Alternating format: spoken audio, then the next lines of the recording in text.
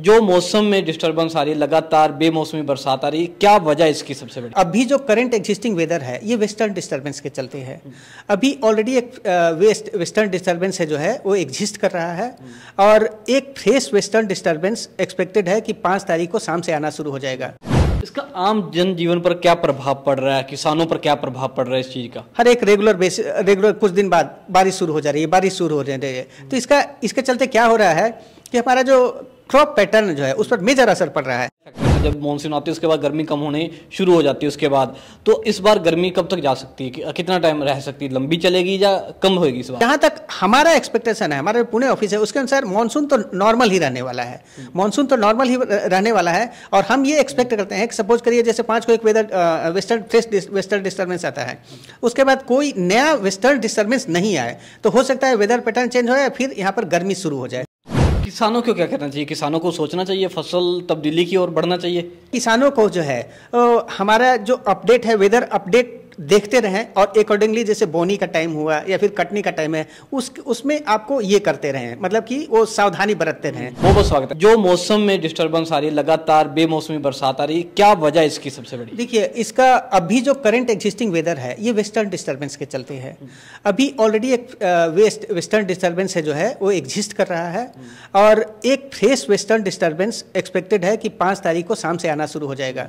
तो western disturbance क्या है, ये वेस्ट साइड से, ये मेनली मेडिटेरियन साइड से आपको मॉइस्ट एयर आता है और पूरे इंडिया के वेदर को डिस्टर्ब कर देता है।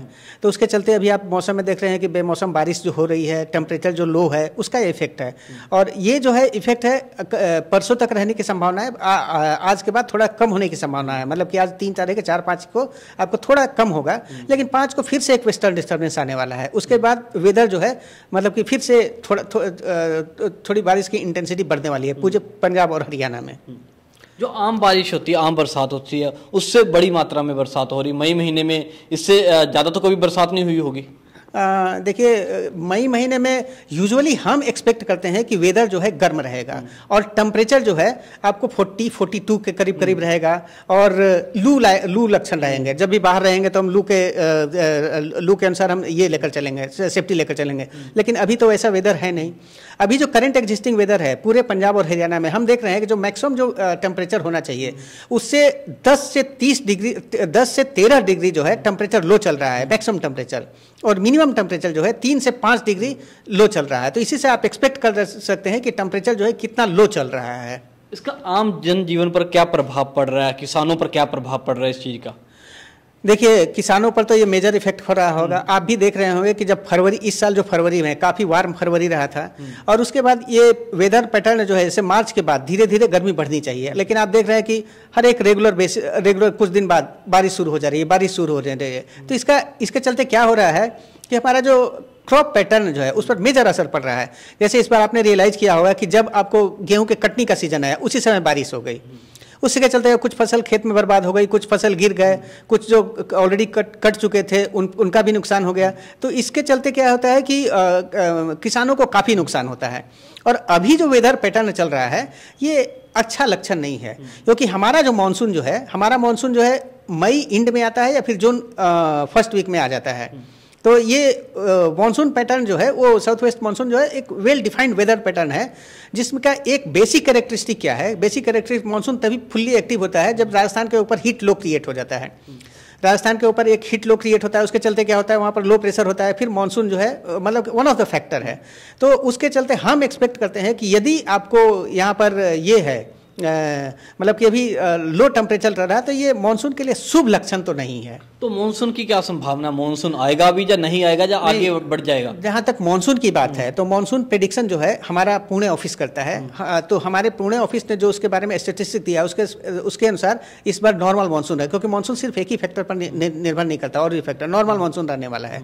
लेकिन अभी जो वेदर पैटर्न बिल्कुल आपको ये चल रहा है उसका हो सकता है कि उस पर भी कुछ इफेक्ट आए, तो ऑब्जर्वेशन के बाद ही मालूम चला है कि क्या इसका इफेक्ट होने वाला है। लेकिन वेदर पैटर्न ये सही नहीं है। तो मानसून का गर्मी के ऊपर बड़ा लंबा इफेक्ट रहता है। जब मानसून आती है उसके बाद गर्मी कम होने शुरू हो जाती है उसके बाद, तो इस बार गर्मी कब तक जा सकती है, कितना टाइम रह सकती है, लंबी चलेगी या कम होगी इस बार? नहीं, देखिए मानसून के समय गर्मी कम होनी शून्य नहीं हो जाती है, गर्मी का पैटर्न बदल जाता है।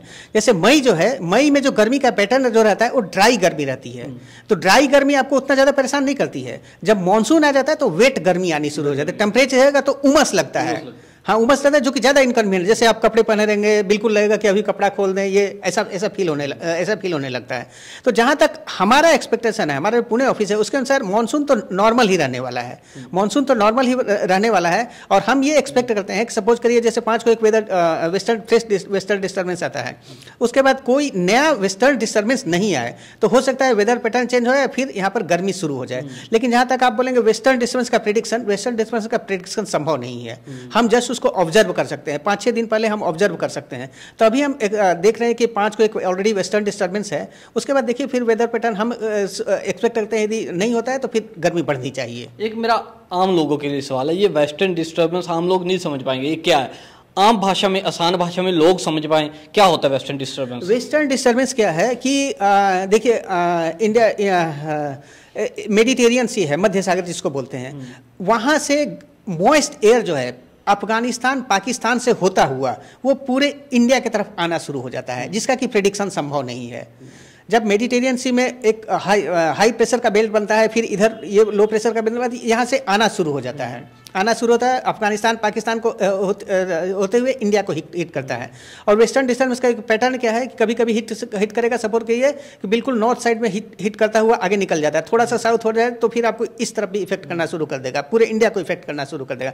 तो मॉइस्ट एयर जो मेडिटेरियन सी से आता है अफगानिस्तान और पाकिस्तान के ऊपर रहते हुए, जो इंडिया को हिट करता है, जिसका कि प्रेडिक्शन बिल्कुल संभव नहीं है।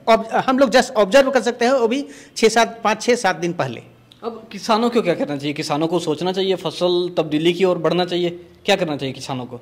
देखिए, जहाँ तक हमारा क्रॉप पैटर्न भी है, इंडिया में क्रॉप पैटर्न तो वेल डिफाइंड है। जैसे कि आप भी जानते हैं कि गेहूं कब लगाया जाता है, आपको धान कब लगाया जाता है, वो आपको क्रॉप पैटर्न तो वेल डिफाइंड है, जो कि एक फैक्टर पर निर्भर नहीं करता है, तो सैकड़ों सालों के एक्सपीरियंस के बेसिस पर, क्लाइमेटोलॉजी के बेसिस पर, जो कि वेल डिफाइंड है। तो जहाँ तक किसानों को जो है हमारा जो अपडेट है, वेदर अपडेट देखते रहें और अकॉर्डिंगली, जैसे बोनी का टाइम हुआ या फिर कटनी का टाइम है, उसमें आपको ये करते रहें, मतलब कि वो सावधानी बरतते रहें। सपोज करिए कि जैसे कि हम बोल देते हैं, जैसे अभी का जो मौसम है, अभी का मौसम के अनुसार किसानों को ये चाहिए कि अपना जो भी आपको हार्वेस्टेड क्रॉप्स है उसको कहीं शेड में ले जाकर रख दें, और जहाँ पर आपको जल जमाव का क्षेत्र है वहाँ से उसको हटा करके रखते हैं। तो इससे किसान बस प्रिजर्व कर सकते हैं, इससे ज़्यादा तो कुछ कर नहीं सकते हैं।